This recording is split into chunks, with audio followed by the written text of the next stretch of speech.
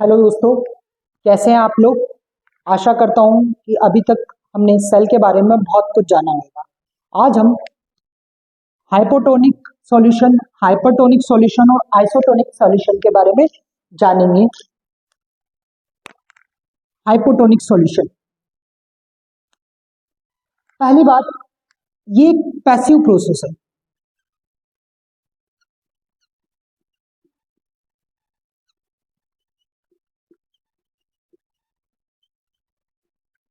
मतलब इसको करने में कोई भी एक्सटर्नल एनर्जी की रिक्वायरमेंट नहीं होती है।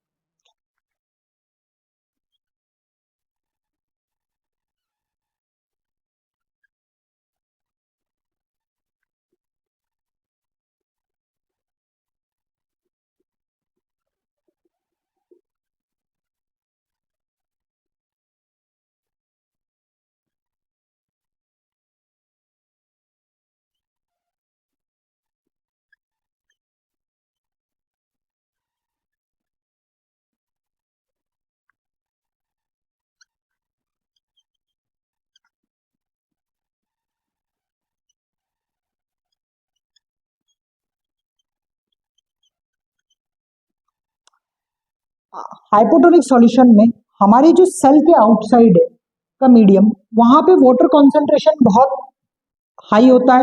वो एक डाइल्यूटेड मीडियम होता है।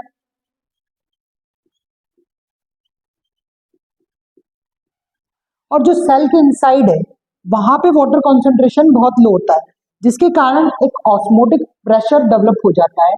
और by the process of osmosis water का मूवमेंट स्टार्ट हो जाता है फ्रॉम आउटसाइड टू इनसाइड। जो वाटर का मूवमेंट है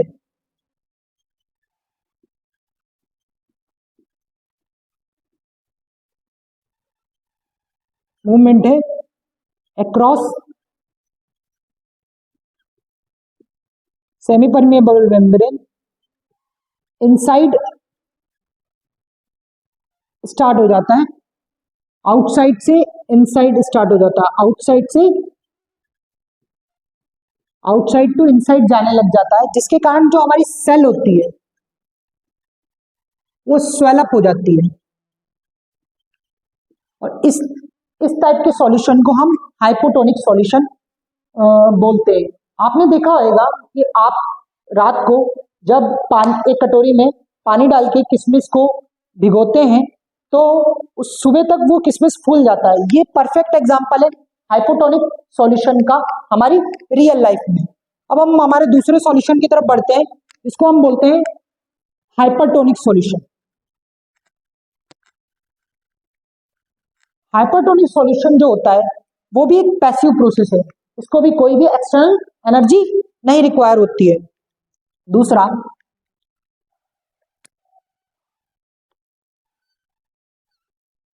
यहां हमारी सेल के इनसाइड जो वाटर का कंसंट्रेशन होता है वो हाई हो जाता है,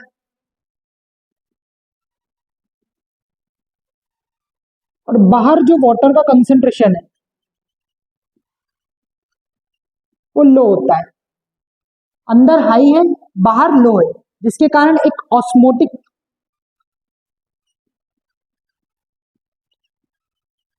प्रेशर डेवलप होएगा और वाटर का मूवमेंट स्टार्ट होएगा from inside to outside across semi permeable membrane. और अल्टीमेटली जो हमारी सेल होगी वो क्या करेगी, श्रंक कर जाएगी।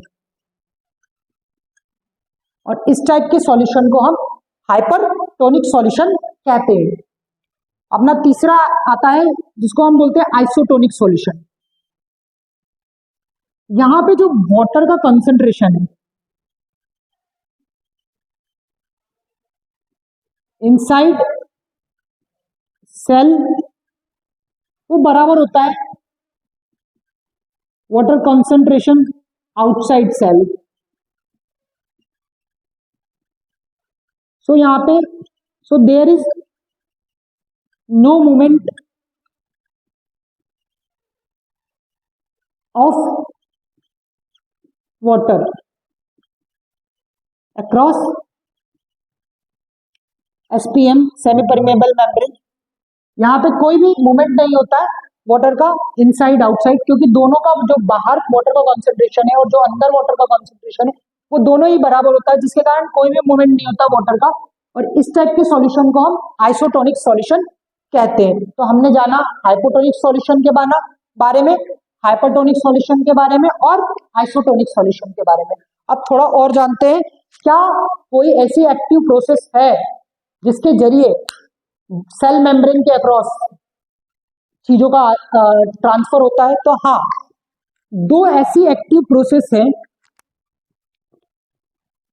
जिसके जरिए सेल के अक्रॉस चीजों का या ग्लूकोज का, वाटर का, इनका ट्रांसफर होता है।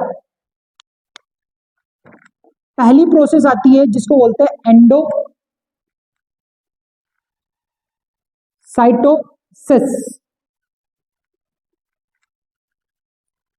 एंडोसाइटोसिस एक एक्टिव प्रोसेस है।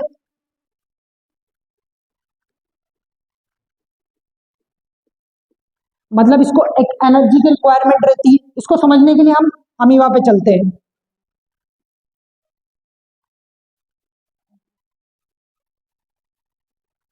This is amoeba.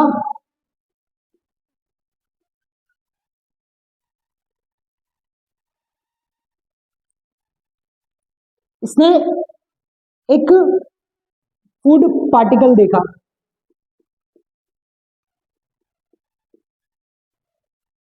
अब ये क्या करेगा?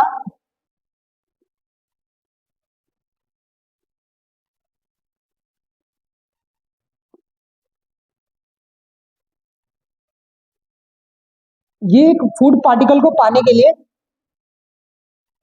एक फिट लाइक स्ट्रक्चर बना लेगा जिसको हम बोलते हैं सूडोपोडिया।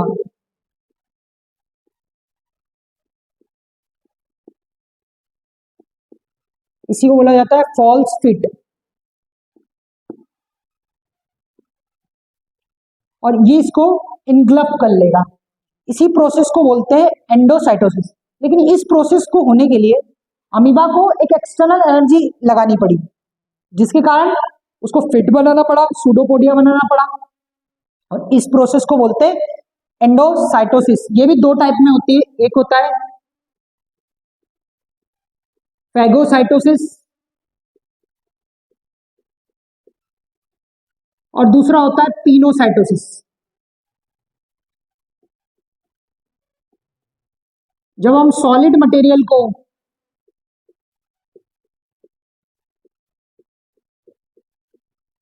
इनग्लफ करते हैं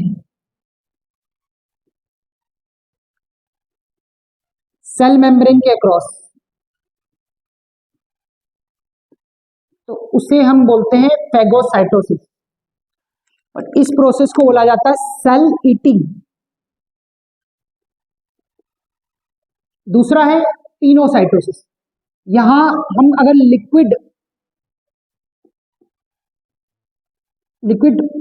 को लिक्विड को यूज करते हैं तो इनको पिनोसाइटोसिस कहा जाता है। तो आप जाने एंडोसाइटोसिस क्या होता है। ये एक एक्टिव प्रोसेस है, इसको सेल ईटिंग भी कहा जाता है। जैसे कि हमने देखा कि अमीबा एक फूड पार्टिकल को देखता है तो एक फॉल्स फिट बनाता है जिसको हम सूडोपोडिया बोलते हैं। इसको अपने सेल मेम्ब्रेन के अंदर लेने के लिए फिर इसको इस पे लाइसोसोम्स काम करने लग जाते हैं और फिर इसको डाइजेस्ट करते हैं। ये दो टाइप की होती है, फैगोसाइटोसिस और पिनोसाइटोसिस। फैगो में फूड पार्टिकल जब इनग्लफ करते हैं solid material across cell membrane तो उसको फैगोसाइटोसिस बोलते हैं। और जब हम लिक्विड पार्टिकल को इनग्लफ करेंगे अक्रॉस सेल मेम्ब्रेन तो उसको पिनोसाइटोसिस बोलेंगे। तो ये जाना आपने। अब दूसरे चीज पे चलते हैं हम।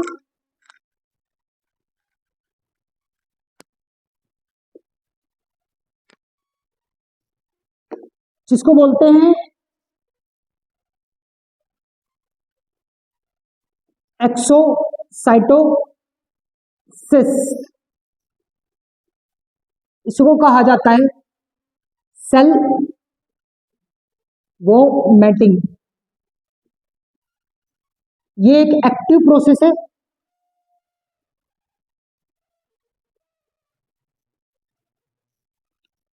देखिए,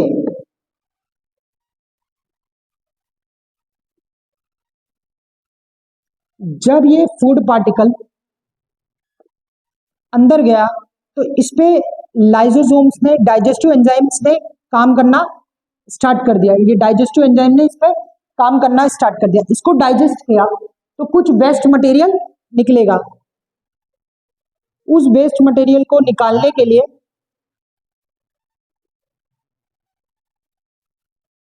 अमीबा को फिर से फॉल्स फीड बनाने पड़ेंगे और फिर ये इसको इन्वायरमेंट में रिलीज कर देगा। इस प्रोसेस को बोलते हैं एक्सोसाइटोसिस। इसी प्रोसेस को बोलते हैं एक्सोसाइटोसिस।